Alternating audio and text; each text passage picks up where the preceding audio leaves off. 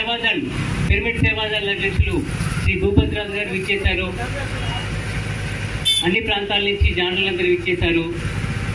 మన ముఖ్య అతిథి గారికి గట్టిగా చప్పట్లు కొడదాం, సహకరించుకుందాం. పిరమిడ్ స్పిరిచువల్ సొసైటీ మూవ్మెంట్ లక్ష్యం అందరికీ ఉచితంగా ధ్యానం అందించడం, అలాగే అన్ని ప్రాణులు హాయిగా జీవించాలి. ఏ జీవి చంపబడకూడదు.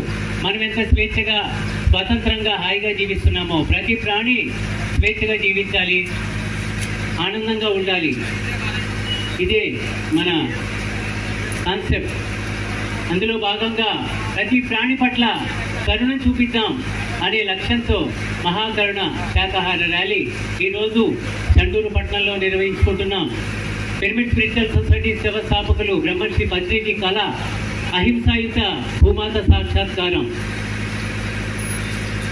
ఆ కళలో ఆ శాకాహార జగత్లో భాగంగా, కరుణా జగత్లో భాగంగా, ధ్యాన జగత్లో భాగంగా, పిరమిడ్ జగత్లో భాగంగా మనం ఈరోజు ఈ ర్యాలీ నిర్వహిస్తున్నాం. మిత్రులారా, ఏ ప్రాణి యొక్క ప్రాణం విలువ మనిషి ప్రాణం కంటే తక్కువ కాదు అని గాంధీజీ చెప్పారు.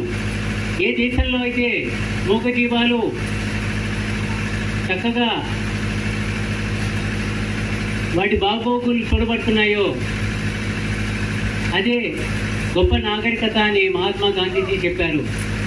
ఆహారం కోసం కానీ, విందు వినోదాల కోసం కానీ, అమ్మవారు అడిగిందని, పుట్టినరోజని, పెళ్లి రోజని, గ్రామ దేవతల పేరు మీద మరి మూగజీవులను బలిపటం అనాగరికం. మన బిడ్డల్లాంటి మన కుటుంబ సభ్యులైన నోరు లేని మూగజీవాలను మనం ప్రేమిద్దాం, వాటిని సంరక్షిద్దాం.